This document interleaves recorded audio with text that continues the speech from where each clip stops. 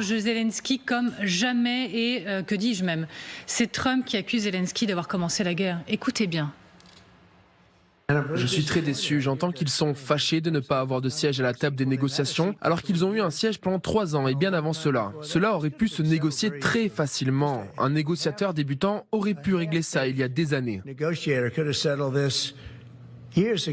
Ça fait 3 ans que vous êtes là. Vous auriez dû y mettre fin il y a 3 ans. Vous auriez pu conclure un accord. On a une situation où il n'y a pas eu d'élection en Ukraine, où la loi martiale s'applique en Ukraine et où, je déteste le dire, mais les leaders ne sont soutenus que par 4% de la population. Alors voilà, cette question, est-ce un nouveau cap qui est passé dans la position pro-Poutine, voire anti-Zelensky de Donald Trump? Attention, accélération vertigineuse, un Trump qui annonce qu'il va rencontrer Poutine d'ici la fin du mois, autant dire demain. On en parle avec nos invités que je salue sur ce plateau. Bonjour Valérie Trierweiler, merci beaucoup d'être avec nous ce matin. Vous êtes journaliste et vous êtes écrivaine. Bonjour Dominique Seux. Bonjour Amélie. Ravi de vous retrouver. Vous êtes éditorialiste et chroniqueur aux Échos et à France Inter. Bonjour maître Jean-Yves Le Borgne. Bonjour. Merci beaucoup d'être avec nous. Vous êtes avocat pénaliste et vous êtes auteur de Coupable Liberté aux éditions Fayard. Votre livre, il est ici à l'antenne. Vincent Crouzet, bonjour. Bonjour Merci Amélie. d'être avec nous. Vous êtes expert en renseignement, auteur de Comment vivre dans un monde en guerre aux éditions La Jeune Martinière. Et votre livre, il s'affiche ici. Alors, nos correspondants aux États-Unis, Justine Jankowski et Alexandra Poupon, reviennent pour nous sur ces annonces très importantes, cette accélération de la nuit depuis Washington, depuis les États-Unis.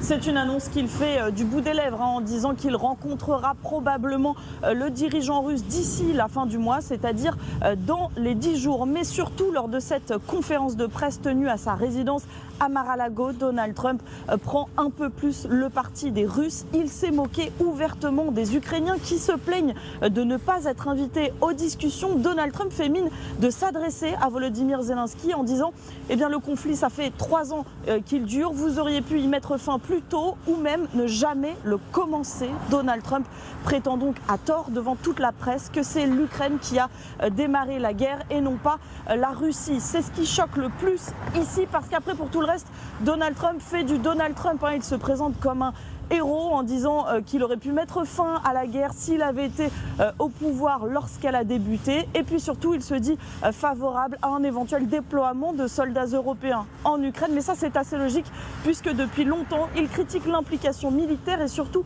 financière des Américains dans le conflit. Merci à Justine Jankowski et Alexandra Poupon sur le terrain. Alors ça y est, il assume, Vincent Crouzet, plus que jamais d'être pro-Poutine. Et est-ce qu'on peut déjà dire ce matin que l'accord qui va se dessiner va être un accord de victoire de Poutine grâce à Trump? Malheureusement, oui. Je pense que l'on rencontre 3 problèmes qui sont graves. Le premier, concernant cette dernière déclaration, soit Trump est de mauvaise foi, ce qui est grave de la part quand même du dirigeant de la première puissance mondiale, soit il existe vraiment une compromission avec la Russie et personnellement avec Vladimir Poutine. Au sein des services de renseignement occidentaux, on en parle de plus en plus. Et le 3e problème, c'est clairement un problème de santé mentale. Comment un président des États-Unis peut déclarer sérieusement aujourd'hui que c'est l'Ukraine qui est rentrée en guerre il y a 3 ans? Ça paraît invraisemblable. Mais pardon, ce que vous dites sur les renseignements, c'est que de plus en plus remonte la musique au sein des renseignements que Poutine tient Trump, pour dire les choses clairement. Oui, clairement. Sur quels éléments? Clairement, et ça pose... Pour le dire. Bon... Sur quels éléments? Si des éléments avaient été... il y a eu 2 commissions d'enquête au sein du Congrès, à travers... et 2 commissions d'enquête fédérales avec les procureurs John Durham et Robert Mueller, qui n'ont pas trouvé en fait de preuves irréfutables concernant la compromission Poutine-Trump. Néanmoins, il y a trop de rapprochements flagrants en ce qui concerne évidemment le narratif et puis les prises de décision du président Trump depuis 20 jours. on reprend le narratif poutinien. Pour reprendre le chiffre des 4% notamment, c'est invraisemblable. Même Poutine n'aurait pas osé dire que seulement 4% de la population ukrainienne supportait Zelensky. Après, Poutine dit régulièrement que Zelensky était un président illégitime. Donc il reprend quand même un peu la rhétorique de Poutine, encore une fois, Trump sur ce coup. Alors, Emmanuel Macron, il voit du positif dans le dialogue Trump-Poutine. Donald Trump peut réamorcer un dialogue utile avec le président Poutine, c'est ce qu'a dit le chef de l'État dans l'interview à la PQR qu'il donne aujourd'hui à la presse quotidienne régionale.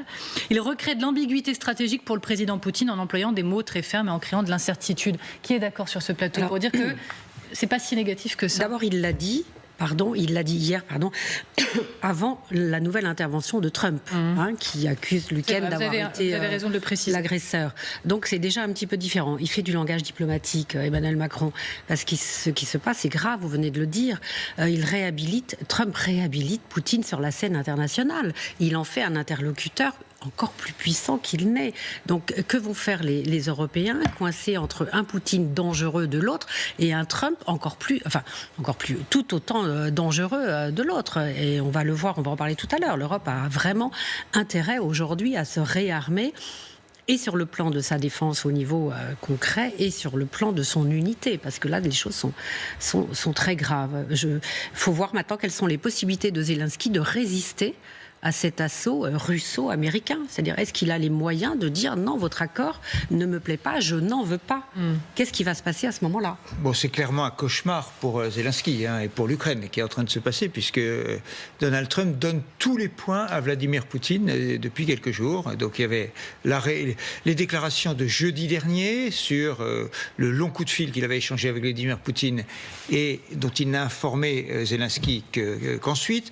Puis il y a eu les déclarations de Vance, le vice-président à Munich, puis la rencontre en Arabie Saoudite hier, et donc hier soir dans la nuit pour nous. Donc cette interview, il donne tous les points. Moi je rajouterais aux 4 points évoqués par Vincent un autre point. Alors, je ne sais pas si c'est psychologique. Évidemment, je ne sais pas du tout s'il y a... Dominique, je peux? Parce que c'est Keith Kellogg qu'on voit en direct à l'antenne, qui vient d'arriver en Ukraine précisément. Donc, on est au cœur de notre sujet. Parce que parallèlement à ces déclarations incroyables de Donald Trump, on a Keith Kellogg, l'envoyé spécial des États-Unis, qui est lui en Ukraine. Quel discours va-t-il tenir les yeux dans les yeux à Zelensky après ces mots? Alors, il y a un point qui est important, qui est la répartition des pouvoirs au sein de l'administration américaine n'est pas si simple que ça. C'est-à-dire que vous avez Donald Trump qui est en freestyle en permanence, qui est évidemment le boss. Vous avez Kellogg qui est âgé, qui est plus âgé, qui a connu l'Union soviétique, donc il sait quand même ce que sont les Russes en face et qui ne va pas se laisser manipuler. Donc lui, il a un discours plus, non pas plus favorable, mais enfin plus ouvert vis-à-vis de l'Ukraine. Vous avez Rubio, sur lesquels le secrétaire américain, vous avez sur lesquels les Européens voudraient s'appuyer. C'est assez complexe, sachant que le pouvoir, le dernier mot appartient à Donald Trump. Mais pour sortir de là, pour tenter d'exister un peu, est-ce qu'on doit parler avec Poutine, nous aussi? Parce qu'il ne ferme pas la porte, Emmanuel Macron, dans son interview. On va regarder ses mots. Si le président Poutine m'appelle, dit Emmanuel Macron, évidemment, je le prendrai au téléphone. Au moment où ce sera opportun dans le cycle des négociations à venir, évidemment, je lui reparlerai si c'est utile à la situation. C'est de la diplomatie. Il faut parler à Poutine. Là, on n'a plus le choix. Et pour exister, il faut lui parler. Vous voyez, le début de la phrase, c'est « si le président Poutine m'appelle ». Ce qui est une hypothèse, je ne dis pas irréaliste, mais enfin relativement improbable dans la mesure où l'on voit. Moi, c'est ce qui me frappe le plus, parce que le fait qu'il y ait une collusion plus ou moins avouable, vous parliez des enquêtes qui ont été faites à propos de Trump et de ses liens avec le Kremlin, je pense surtout qu'on voit se découvrir une diplomatie de la force bilatérale. Au fond, Zelensky n'est pas grand-chose, les autres peuples européens ne sont pas plus, et on va parler de puissance à puissance. Il y a quelque chose qui ressemble un peu à un esprit de dictature. Le dictateur, c'est celui qui a la force et qui n'admet pas qu'à l'intérieur de son propre pays, il y ait des échanges, des discussions, des désaccords, des tentatives de mise au point. Et là, on retrouve à peu près le même schéma, mais au niveau international. De telle sorte que l'idée d'une concertation, d'un échange apparaît comme à peu près étranger tant à Trump qu'à Poutine. Un peu esprit d'un dictateur ?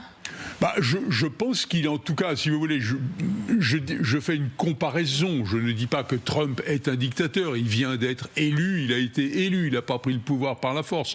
Mais il a du pouvoir une conception qui n'est pas celle de la concertation, qui est celle de l'affrontement des puissances. De telle sorte que ceux qui, comme les Européens et à l'intérieur de l'Europe, les Ukrainiens ne sont pas détenteurs de la force, sont quantité négligeable. On parle à Poutine ou pas ? Il faut parler à Poutine maintenant ? Si le téléphone, oui, on lui parle, mais on ne fait pas la même chose que Trump. On ne va pas s'asseoir à une table de négociation sans l'Ukraine. Ça, c'est totalement inadmissible et contraire à toutes les règles de droit international. Enfin, c'est assez hallucinant. On le prend au téléphone, oui. Oui, et on parle d'abord à Zelensky, parce que ce qui est frappant, c'est qu'ils ont commencé à parler à Poutine. La première rencontre s'est faite en Arabie Saoudite. Mais Macron parle à Zelensky. Et Macron, heureusement, parle à Zelensky, mais on parle d'abord aux Ukrainiens, on parle d'abord à ses alliés avant de parler à son adversaire. Les États-Unis ont aidé depuis 3 ans l'Ukraine, ont été présents comme alliés auprès de l'Ukraine. Dans une négociation, on va d'abord voir son allié avant de parler à son adversaire. Depuis des mois, depuis qu'il a été réélu, tout le monde on a beaucoup entendu, c'est un dealer de génie. C'est-à-dire qu'il demande 100 pour avoir 20, c'est une stratégie, il manie remarquablement l'incertitude, et donc à la fin, il est gagnant. En fait, tout se dévoile. C'est pas du tout comme ça qu'il fonctionne. Il est prêt à donner des points à la Russie. Et je reviens sur l'élément psychologique, c'est que il a traversé son premier mandat avec Vladimir Poutine. Il a considéré que son élection à lui en 2020 avait été volée. Il veut retrouver le couple qu'il formait avec Vladimir Poutine entre 2016 et 2020. Alors, panique du côté des Européens, ça on l'a bien compris depuis quelques jours maintenant, et Emmanuel Macron dit vouloir réunir les forces politiques dans notre pays et le représentant de Parlement face à ce qu'il appelle une menace existentielle. Ça encore, il le dit dans cette fameuse interview à la presse quotidienne régionale ces dernières heures. Voilà pour ces mots. Dans les jours qui viennent, j'aurai l'occasion de réunir les groupes parlementaires, les partis dans un format dit de Saint-Denis pour leur présenter l'état des lieux et les initiatives de la France. Se rassembler face à l'urgence, on le comprend, mais pourquoi faire ? Et comment la France doit-elle se positionner ? En gros, je vais être beaucoup plus cash. À quoi ça sert ? Déjà, ça peut régler un problème à Emmanuel Macron, la situation internationale. Obliger finalement une certaine cohésion de la classe politique et évidemment reconfigurer peut-être des alliances politiques, les dirigeants politiques peut-être prenant enfin en considération quand même l'urgence mondiale et considérant que les bisbilles nationales en fait pèsent peu par rapport à tout ça. Donc il peut effectivement reconfigurer son camp. Moi, je dirais qu'on ne peut pas à la fois reprocher à Trump de refuser le dialogue avec les partis intéressés et de considérer que le président français a tort d'organiser une concertation.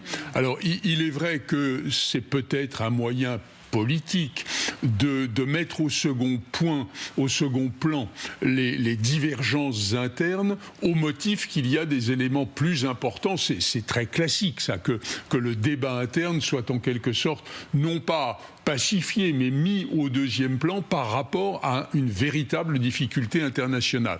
Bon, ça pourrait être une ruse, chacun appréciera, mais l'idée qu'il y ait une concertation et la tentative de trouver une solution à la fois à l'intérieur du pays et peut-être aussi, comme il l'a fait récemment, en réunissant des chefs d'État et de gouvernement européens, me paraît être une manifestation naturelle. On est d'accord ? Oui, là il y a une tentative de reprise de main, déjà effectivement avec le mini-sommet sur l'Ukraine lundi après-midi, cet après-midi encore ce nouveau sommet en visio, mais pas que. Pas que, je ne pense pas. Souvenez-vous, la dernière phrase, la fin de ses vœux, le 31 décembre, il a évoqué la nécessité d'augmenter le budget militaire. Pour la France, la nécessité de se réarmer. C'est un mot qu'il aime bien, le réarmement, mais là, il se trouve que c'est au premier sens du terme. Et je pense qu'il est aussi dans cette urgence-là. L'Europe, vous avez vu, le Parlement européen, hier, a fait une déclaration aussi sur la nécessité pour l'Europe d'avoir sa propre défense. Aujourd'hui, on est dans cette urgence-là. On a tout délégué, on a trop délégué aux Américains. Et aujourd'hui, si Trump est définitivement du côté de Poutine, on est totalement démunis. L'Europe est incapable de se défendre aujourd'hui. Donc il y a urgence. Enfin, l'Europe a les moyens de rappeler que jusqu'à maintenant, elle a dépensé plus pour l'Ukraine, en aide à l'Ukraine, que les États-Unis. Ce sont les calculs du Kiel Institute qui fait ça depuis 3 ans et qui a montré que jusqu'à la fin 2024, l'Europe avait dépensé 132 milliards contre 114 pour les États-Unis. Les États-Unis ont une toute petite avance sur le volet militaire, mais toute petite en réalité. Il y a beaucoup d'armements qui sont passés par les pays européens, qui sont livrés. Et donc, les Européens ont un droit à avoir un siège. Après, la question, c'est quels sont les moyens pour que les Européens se fassent entendre. C'est dire, probablement, que sur le plan commercial, sur le plan, essentiellement sur le plan commercial, c'est quand même le premier marché du monde qui intéresse les entreprises américaines. Et la France dans tout ça, parce que là, Emmanuel Macron, il veut 2 choses. On va en reparler, un sommet européen à nouveau aujourd'hui dans la journée, mais une réunion des partis. D'ailleurs, Marine Le Pen a dit qu'elle était d'accord. Nous avons toujours répondu positivement aux réunions proposées, organisées par le président de la République, dit-elle.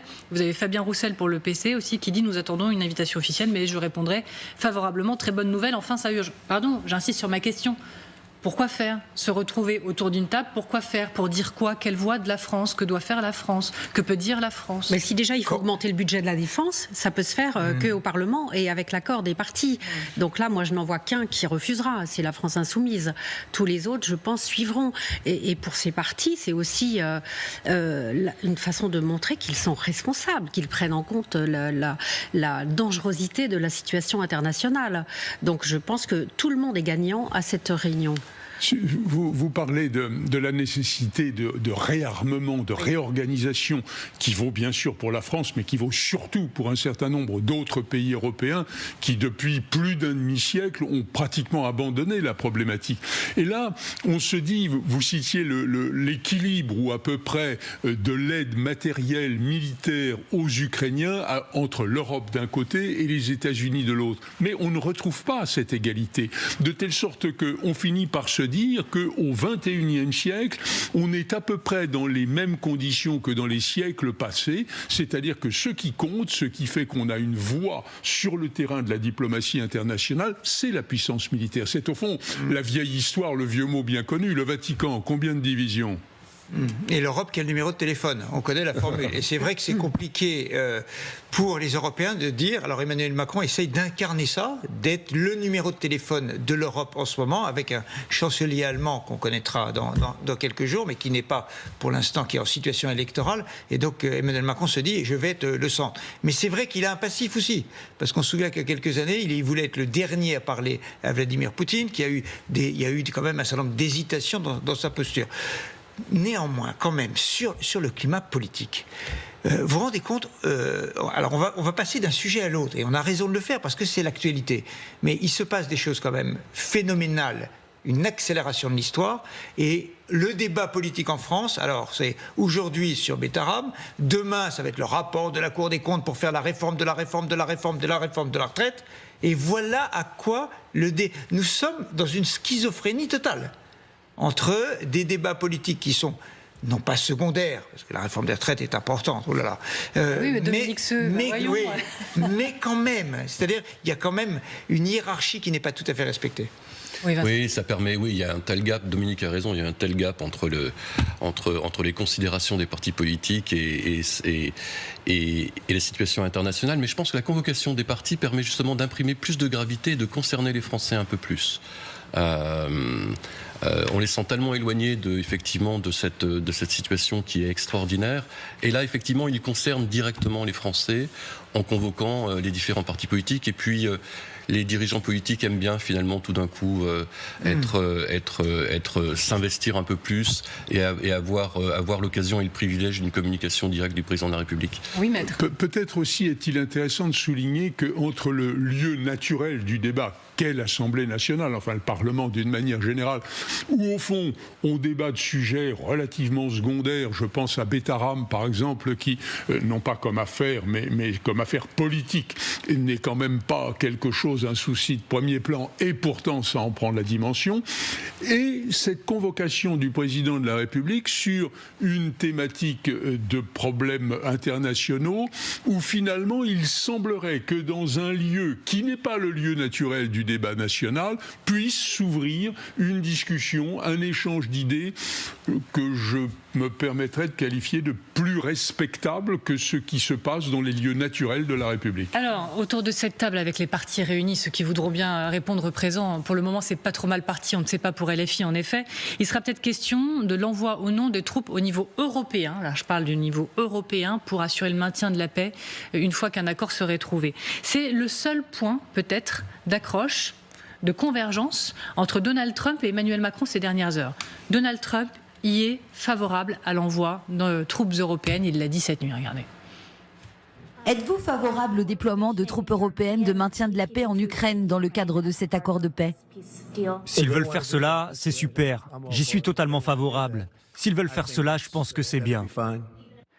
Et regardez Emmanuel Macron, pardon pour être tout à fait complète Valérie, on pourrait décider dans le cadre des négociations d'avoir sous mandat des Nations Unies une opération de maintien de la paix qui, elle, à ce moment-là, se tiendrait le long de la ligne de front. Bon, là, on a potentiellement un point d'accord. En même temps, peut-être que ça arrange Trump qui ne veut pas de GI en Europe, d'envoyer les Européens. C'est hallucinant parce qu'il est celui qui veut faire la paix forcée. La paix forcée à des conditions que Zelensky n'approuvera sûrement pas.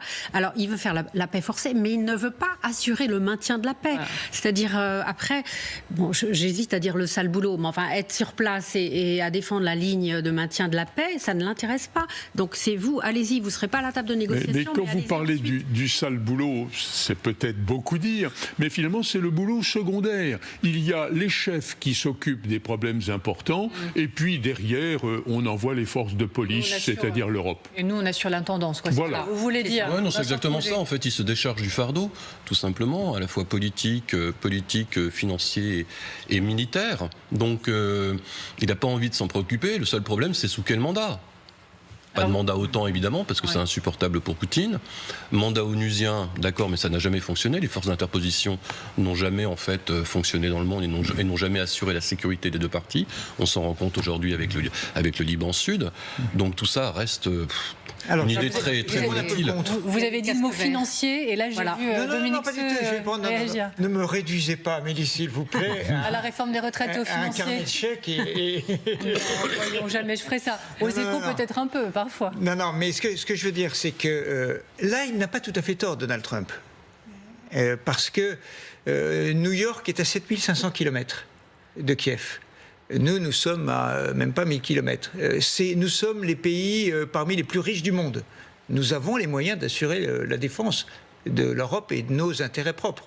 Et c'est vrai, il faut reconnaître que depuis une vingtaine d'années, une trentaine d'années même, nous avons laissé les dividendes de la paix réduire les budgets de la défense à peu de choses. Et donc, c'est vrai que nous sommes dépendants des États-Unis. Alors, franchement, nous ne devrions plus l'être. Mais depuis la création de l'OTAN, on a décidé que c'était nos intérêts communs. Oui. Mais en réalité, c'était une erreur de penser que ça durait éternellement. Et donc, d'une certaine manière, Donald Trump n'a pas tort, vraiment... Ça me fait mal au cœur de dire ça. N'a pas tort de nous renvoyer à nos propres responsabilités. Non, mais c'est une facilité, Dominique. C'est une facilité de langage. Je ne suis pas certain d'ailleurs qu'il ait bien pesé la responsabilité de ce qu'il vient de dire. D'abord, on n'a pas la capacité de sécuriser 1200 km de front. C'est impossible. Il faudrait 200, 300, 400 000 hommes. Chose que l'Europe ne peut pas consacrer, en fait. Un tel effort, c'est absolument impossible. Alors après, quel sera le format ? Est-ce que ce sont simplement des forces de soutien qui vont intervenir dans la logistique ? C'est possible. Mais ça va être très long à mettre en place, très très long à mettre en place. Je pense que autant continuer en fait à imprimer cet effort que nous faisons à travers le matériel, l'aviation, etc., plutôt que de se lancer dans une telle histoire.